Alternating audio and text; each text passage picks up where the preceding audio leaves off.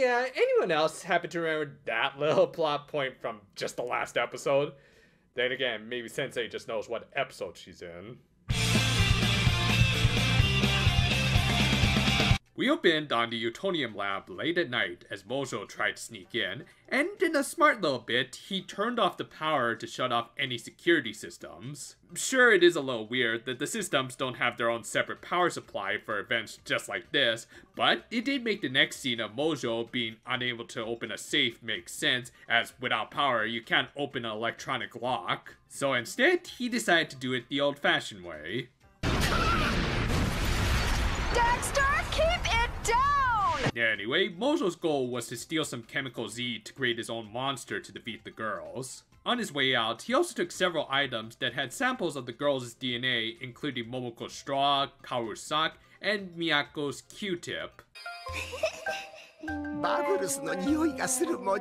Mojo, I know you only kind of look like one of them because you're a monkey and everything, but could you not lower yourself to their level? The next morning, Peach discovered the damage Mojo had left behind after just randomly peeing, even though it's a robot dog, but really it's just a preview of what's to come in the rest of this episode. As once Mojo made it back to his lab, he combined the chemical Z with the girls' items, as well as hair from all over his body, including his nose, ouch and ew. This all resulted in the creation of... Yep, this was the show's version of the infamous breakout characters of the OG series, the Rowdy Rough Boys. And before anything else, let us discuss the aesthetics of these characters, which is pretty good. The three wore matching oversized jackets, which I imagine are a carryover from the original designs of the girls before they went with the much wiser choice of the vests that were far less distracting than their original puffy jackets, especially in action scenes. For the boys though, these kind of over-designed jackets with huge neck belts actually kind of work for one key reason: they're boys. At that age, boys will often try to wear things that needlessly stand out, practicality be damned. This extended to the rest of their designs, which included Kingdom Hearts-sized zipper pants, roller shoes, fingerless gloves, and of course their hair, with each of them calling back to their OG counterparts. Butch was a little different in that he got the very anime hair over the eye look, but otherwise it was a good tribute to the originals while also creating their own distinct identity, so good stuff. The problems of course started to arise once they started talking. Oh, not that they had bad VAs, all of them were voiced by fairly experienced vets in the industry. Hell, on top of playing Daisuke, Brick's VA played best OG boy Kia, for God's sake. Can't say the same for this little brat. Though, to be fair, let us just take a few minutes to analyze the OG Rowdy Rough Boys and see how much they influenced these incarnations of them. The OG were also created by Mojo using some purposely gross items based off of the 19th century nursery rhyme, What Are Little Boys Made Of?, which was also where the initial ingredients for the girls came from. He then combined those ingredients with some chemical X that just so happened to be in his toilet. So did the prison just so happen to have that stuff running through their pipes? Or is chemical X made from Don't ask! For God's sakes, don't ask! Anyway, the whole idea of the original rhyme was basically just to say girls rule and boys drool and all that. And while I don't care to analyze stuff like that a little too much, the main takeaway was the fact that it did become the main motif of the OG Boys. While their debut is rightfully remembered for how they were the only antagonists up until then, and I think even ever since, to completely defeat and almost end the girls, they were also kind of gross. Good thing we had those burritos for lunch.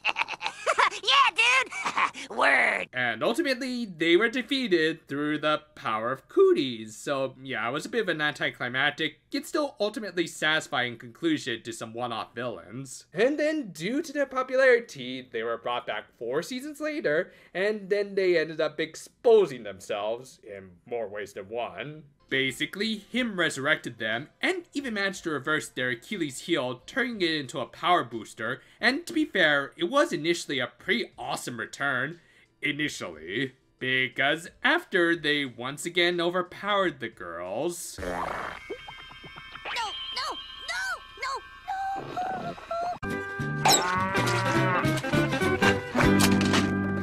Oh, and then they defeated them by... Whenever their masculinity is threatened, they shrink in size. Get it? And they would only continue to downplay them in all their subsequent appearances. Now, to be fair, from what I've seen, the writing in the later seasons after Craig left were just generally bad.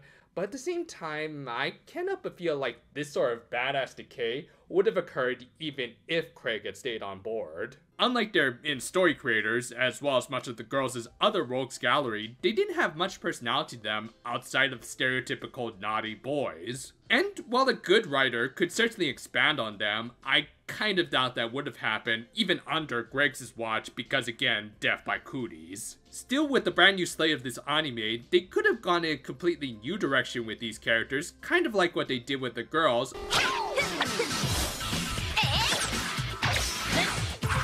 Or they could just double down. Yep, since Japan had its own naughty boy stereotypes, they went with characters that were too dissimilar from the OG, especially in the later seasons. You know, just because something can translate well with your own cultural aesthetics doesn't mean you should. Now, I'm not saying they had to make them like total Knights of Cerebus like in their original appearance, just not like this. Now, to be fair, they do also have their own unique traits that we'll get to as soon as we bear through all of this. Fortunately, though, we also did get some pretty funny scenes with our main hero. Well, it can't really be helped. They saw the Eternals just the night before. They also noticed they're missing items, including Miyako with her Q-tip, which, girl, why would you care that much about something like that? The answer is don't think about it. They went to school, but were just as quickly deployed when the boys started causing mischief. And to be fair, while their antics were juvenile and more eye-rolling than anything, seeing Mojo receive the brunt of their comeuppance, as they just conveniently referred to him as their mama, was pretty funny, if only because I do kind of appreciate social commentary humor like this. Also, yeah, for this bit, I'm using footage from the English dub, as the original scene probably would get this video demonetized. Let's just say, it was a really good edge job for what was originally here. Anyway, the girls soon arrived to confront Mojo and their gender-bent doppelgangers. They learned about their entire backstories, and to our heroine's credit, they did try to give the new monsters the benefit of the doubt, mostly because they were the unwilling creations of a crazy monkey that they had no reason to trust. However, that quickly proved to be the wrong call on their part.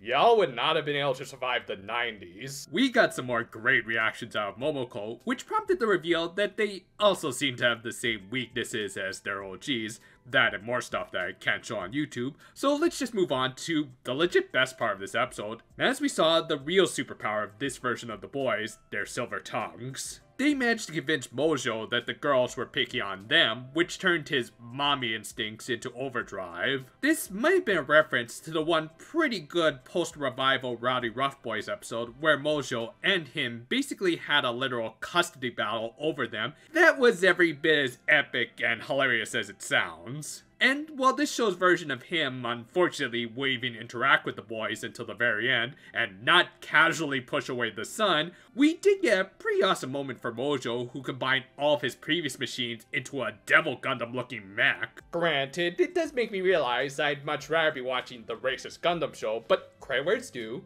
And to their credit, the boys did make things a little more interesting by cheering for both sides, showing how they could be pure monsters without even fighting. As a result, this was one of the better fights of the series, even when the results were pretty obvious. But the episode unfortunately ended with the boys getting away, teasing both the girls and their mom in the process. So, yeah, I totally get why many don't really care for this show's version of the Rowdy Rough Boys. As while I actually do think there are some good elements to this episode and the characters, a lot of it is unfortunately buried by a lot of gold digging. And while some of their characteristics can be more attributed to their OG counterparts, that doesn't mean they had to give them all of the juvenile tendencies possible.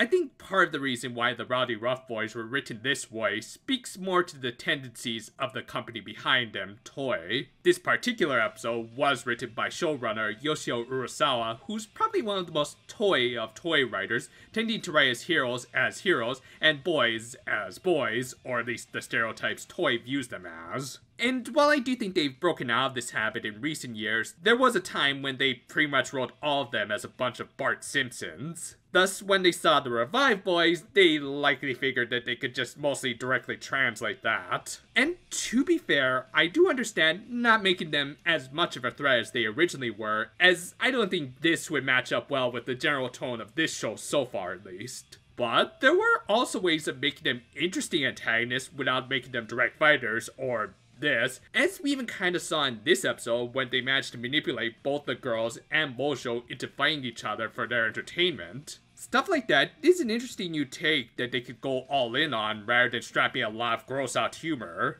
On that note, there were some actual good laughs here aside from the boys, like Momoko developing her straight man act and Mojo becoming the fall mommy monkey. And of course, the fight with the pseudo-Devil Gundam was pretty cool, so overall, the boys' antics aside, there were some good elements in this episode. Honestly, I can kind of look past some of the gross-out humor here, as I think the 90s kind of jaded me to that stuff, but if it bothers you, I totally understand. If anything, I guess you could find solace in the fact that they were better used here than in the 2016 reboot.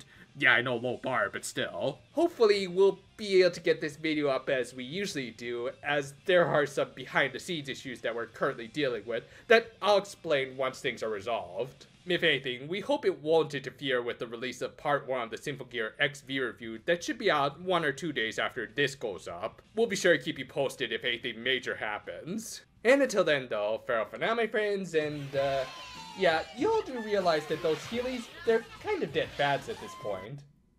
Yeah, keep that in mind, especially you, boomer.